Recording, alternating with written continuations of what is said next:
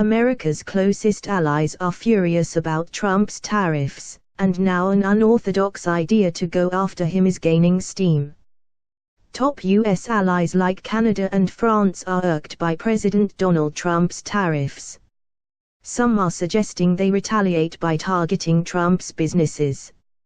Experts say this would be difficult but not impossible to pull off. Originally published, Bob Bryan and Alan Smith BusySIder.com. President Donald Trump's headlong push toward a trade war is prompting unprecedented responses from countries around the world and blowback from top U.S. allies. In the past 3 months, Trump has hit countries around the world with a 25% tariff on steel and a 10% tariff on aluminum exports to the U.S. The decision prompted a swift response from U.S. allies, including retaliatory tariffs and a radical departure in treatment from other formerly friendly foreign leaders, from Canadian Prime Minister Justin Trudeau to French President Emmanuel Macron. But so far these responses have done little to deter Trump from moving forward with his trade agenda, prompting the consideration of an out-of-the-box response for an out-of-the-box president. Op-eds in the Houston Chronicle and the Canadian news magazine Maclean's suggested the only way to quell the rising trade tensions is to strike at Trump's businesses. While some countries, such as China, have appeared to try and sway the president through treating his family's businesses more favorably, countries have not made moves to curtail the business's activity within their borders. Meanwhile, the countries appear to have little immediate recourse elsewhere, other than to try and negotiate with the Trump administration. Several countries have lodged a formal complaint with the World Trade Organization regarding the tariffs, but WTO cases take years to resolve. Could they do it? Debbie Shaw, an international trade lawyer at Quinnimore and a former official in the U.S. Trade Representative's office under President Bill Clinton, said that effectively hitting Trump's businesses using trade actions while legal would be difficult. Looking at Trump's businesses, I'm not sure what goods he sells that could be subject to tariffs or how you could use trade actions to hit his businesses unless you really tailored some sort of measure targeting key industries like real estate, Shaw told Business Insider. That would force any country trying to go after Trump to get creative with their response. Scott Gilmour, a social entrepreneur and former Canadian diplomat, suggested in Maclean's that Canada should use anti-corruption laws to pressure Trump on trade. Trump-branded skyscrapers in Toronto and Vancouver represent the president's most prominent business ventures in the country. I propose that instead of taxing the import of American serviettes, we tax Trump, Gilmour said. In the spirit of the Magnitsky Act, Canada and the Western allies come together to collectively pressure the only pain point that matters to this president, his family and their assets. Specifically, Gilmour suggested the use of Canada's Justice for Victims of Corrupt Foreign Officials Act, also known as the Magnitsky Act.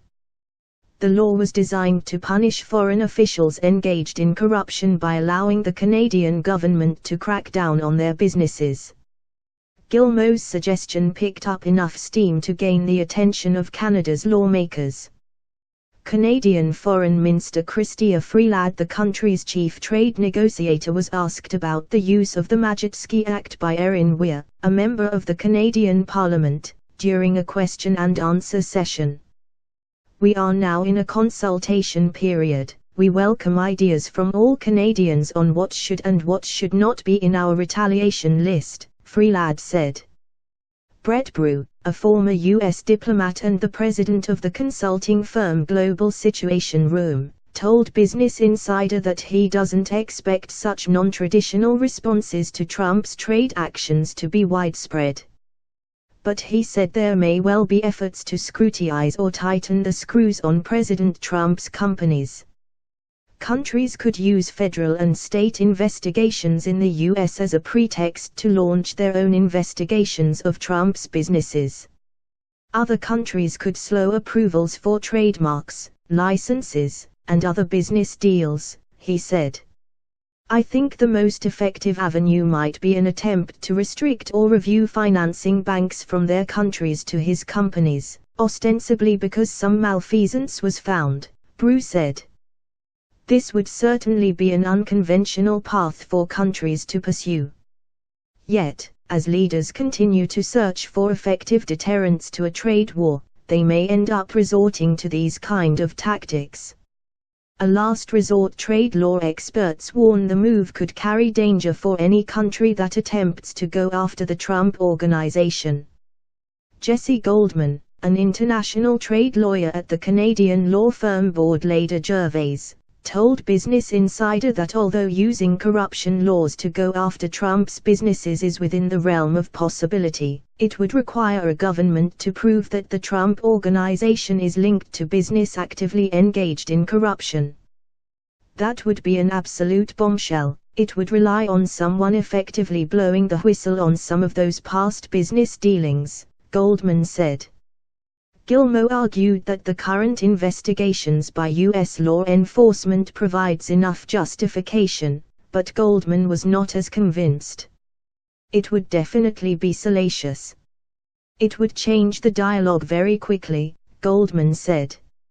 I would expect Canadian officials are looking at issues like that with the attitude that they'll let domestic processes in the U.S. unfold before even considering options like that. Trump and his children Ivanka, Donald Jr. and Eric participate in a ribbon-cutting ceremony during a news conference to mark the opening of the Trump International Hotel and Tower in Toronto. Mike Casses /Reuters Amada DeBusk, chair of the global law firm Decherts International Trade and Government Regulation Practice, told Business Insider that the use of the Magnitsky laws to hit the Trump Organization would be a huge departure from the usual course of trade disputes.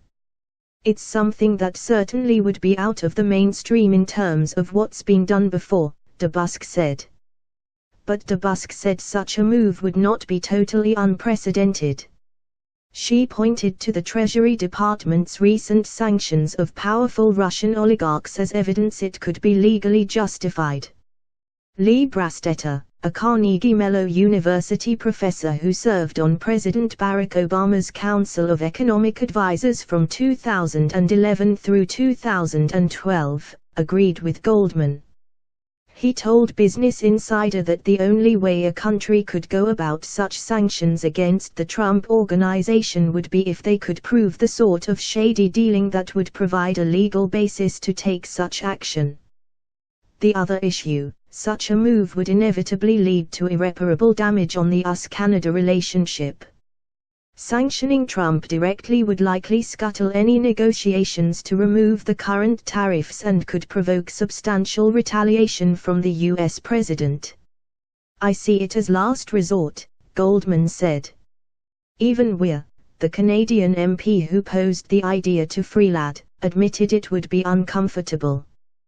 But he said it could be necessary if economic pressure from the tariffs starts to build.